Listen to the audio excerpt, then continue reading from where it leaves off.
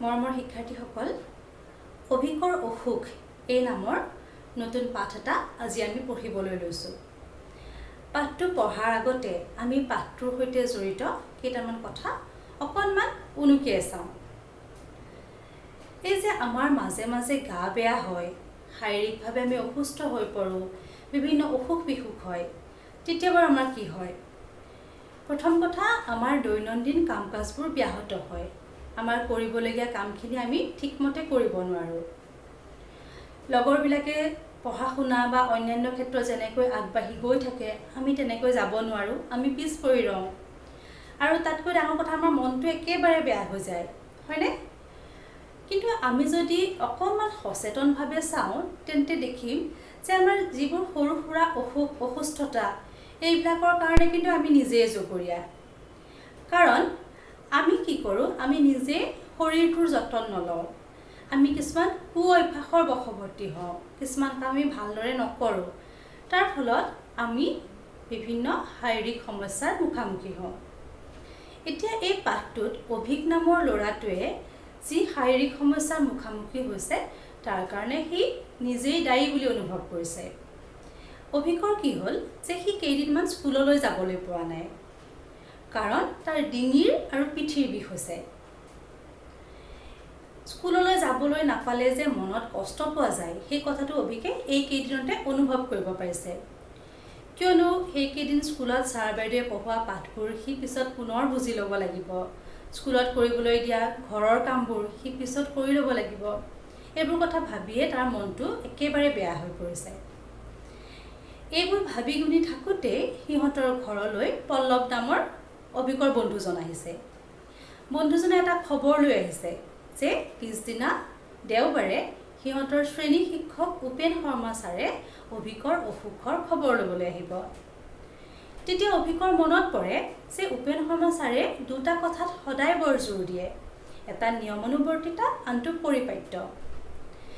তেওঁ এজন কাঢ়া, ছাৰজন কাঢ়া, ছাত্ৰ ছাত্ৰীসকলে তেওঁক ভয়ো কৰে আৰু সন্মানো কৰে। ছাৰে শ্ৰেণীকোঠাত সোমায়ে সদায় কোঠাটো পৰিষ্কাৰ হৈ আছে নে নাই তাক চাই লয় আৰু সকলোকে ৰাজহাৰ পোন কৰি বহিবলৈ কয়। তেওঁ কাকো হাত এখন ভেজা দি বেঞ্চ বা ডেস্কত ভেজা দি বহিবলৈ অনুমতি নিদিয়ে। অভিকৰ তেতিয়া মনত পৰিল যে সি স্কুলত বাৰু ঠিকেই বহে, ছাৰৰ ক্লাছত বাৰু সি ঠিকেই বহে, কিন্তু বাকী সময়ত সি সাধাৰণতে হাত এখন ক'ৰবাত ভেজা দিয়ে বহে। ঘণ্টাৰ পিছত ঘণ্টা সি ঘৰত যেতিয়া পঢ়া শুনা কৰে, সি তেতিয়া ভেজা দিয়ে পঢ়ে। তেতিয়া তাৰ মনলৈ আহিল, তাৰ যে এই ডিঙিৰ বিষ আৰু পিঠিৰ বিষ হৈছে, তাৰ কাৰণে বাৰু সি সেই বেয়াকৈ বহাটোৱে প্ৰধান কাৰণ নেকি? তাৰ মনলৈ অহা এই খুদনিটো, তাৰ মনলৈ অহা এই কথাটো সি সুধিলে ৰিপুঞ্জয় দাদাকক। ৰিপুঞ্জয় দাদাক হৈছে চিকিৎসা বিজ্ঞান পঢ়ি থকা এজন ল'ৰা, আৰু সেইদিনাখন ৰাতিয়ে অভিকতৰ ঘৰলৈ তেওঁ ভাত খোৱাকৈ আহিছিল। তেতিয়া ৰিপুঞ্জয় দাদাকে তাক বুজাই দিলে যে হয়, কথাটো হয়েই, সি যে বেয়াকৈ বহে, বেয়াকৈ খোজকাঢ়ে, ইয়াৰ ফলতে এই ধৰণৰ অসুখ, ডিঙি বিষ হোৱা বা পিঠিৰ বিষ হোৱা বা অন্যান্য বিভিন্ন অসুখ বিসুখৰ মূল কাৰণ কিন্তু এইটো হ'ব পাৰে। তেওঁ ক'লে মানুহৰ হাড়েৰে গঠিত জকাটো আৰু তাৰ লগত লাগি থকা মাংসপেশীবোৰ এনেভাৱে গঠিত, যাৰ ফলত মানুহে সহজে পোন হৈ থাকিব পাৰে। কিন্তু অন্যান্য চাৰিঠেঙীয়া জন্তুৰ আকৌ গঠন তেনেকুৱা নহয়। গতিকে মানুহে যিহেতু ৰাজহাড় পোন কৰি থাকিব পৰা প্ৰাণী, গতিকে মানুহে ৰাজহাড় পোন কৰি থকাই ভাল, হয়নে নহয়? সাধাৰণতে কি হয় যে এই যে অভ্যাসবোৰ পোন হৈ খোজ কঢ়া, বঢ়া, এইবোৰ সৰু বয়সতে সেই অভ্যাসবোৰ আয়ত্ব কৰিব লাগে, কিয়নো সেই সময়ত হাড়বিলাক কোমল হৈ থাকে। কিন্তু পৰৱৰ্তী সময়ত হাড় যেতিয়া টান হৈ পৰে, কঠিন হৈ পৰে, তেতিয়া আৰু এই অভ্যাসবিলাক আৰু গঢ় দিবলৈ অসুবিধা হয়। এতিয়া ৰিপুঞ্জয় দাদাকে অভিকক দুটা পৰীক্ষা কৰি চাবলৈ দিলে যে আমি পোন হৈ খোজ কাঢ়োনে নাই, বহোনে নাই, সেই কথাটোৰ প্ৰমাণ চাবৰ কাৰণে কি কৰিলে, দুটা পৰীক্ষা কৰি চাবলৈ ক'লে। প্ৰথমতে তেওঁ ক'লে যে এখন মাটিৰ ওপৰত থিয় হৈ থকা, পোন হৈ থকা এখন বেৰত পিছমূৰকৈ যদি ৰৈ ভৰিৰ গোৰোহাকেইটা যদি বেৰত লগায় আৰু শৰীৰৰ পিছৰ অংশটো, কান্ধ, ভৰি, আটাইখিনি যদি বেৰখনত লগাই আমি যদি থিয় হৈ থাকোঁ, আৰু থিয় হৈ থাকোঁতে যদি কোনো সমস্যাৰ সৃষ্টি নহয়, আমি যদি কোনো বিষ অনুভৱ নকৰোঁ, তেন্তে আমি জানিম যে আমি সদায় পোন হৈ খোজ কাঢ়োঁ। ঠিক সেইদৰে টুল এখনো যদি আমি বেৰত লগাই লৈ পিছমুৱাকৈ বহোঁ আৰু একেবাৰে পোনকৈ বহোঁ, তেতিয়া যদি আমি ক'তো বিষ অনুভৱ নকৰোঁ, তেন্তেও আমি জানিব লাগিব আমি বহোঁতেও আমি সদায় ঠিককৈ বহিছোঁ, এই কথাটো আমি বুজি পাম।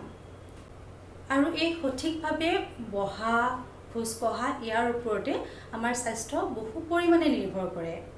এই যে আমি যি কামেই নকৰোঁ কিয়, খেলা ধূলা কৰোঁ, গান শুনো, কম্পিউটাৰ চলাওঁ, যিয়ে কাম নকৰোঁ কিয়, আমি সেই কামবোৰ কৰোঁতে যদি আমি পোন হৈ কাম কৰোঁ, সঠিকভাৱে আমি ৰাজহাড় পোন কৰি কৰোঁ, তেতিয়াহ'লে আমি বহুত সমস্যাৰ পৰা আমি বাচি থাকিব পাৰোঁ। পোন হৈ থিয় হোৱা, পোন হৈ বহা, এই ধৰণৰ কথাবোৰ আমাৰ সুস্বাস্থ্যৰ বাবে বৰ দৰকাৰী কথা। তদুপৰি আমি যদি নিয়মিতভাৱে ব্যায়াম কৰোঁ, তেতিয়াও আমাৰ শৰীৰটো যথেষ্ট ভালে থাকে আৰু তেতিয়া আমাৰ মনটো সদায় সুস্থ হৈ থাকে। অভিকে যেতিয়া কথাবোৰ উপলব্ধি কৰিলে, তেতিয়া অভিকে বুজি পালে যে সি যি সমস্যাৰ মুখামুখি হৈছে তাৰ কাৰণে কিন্তু দায়ী সি নিজেই। গতিকে অভিকে কি হ'ল, নিজে অনুশোচনা কৰিলে এই কথাটোত। গতিকে তোমালোকেও মনত ৰাখিবা যে আমি সৰুৰে পৰাই পোন হৈ খোজকঢ়া, বহা আদি কামবোৰত গুৰুত্ব আৰোপ কৰিব লাগিব।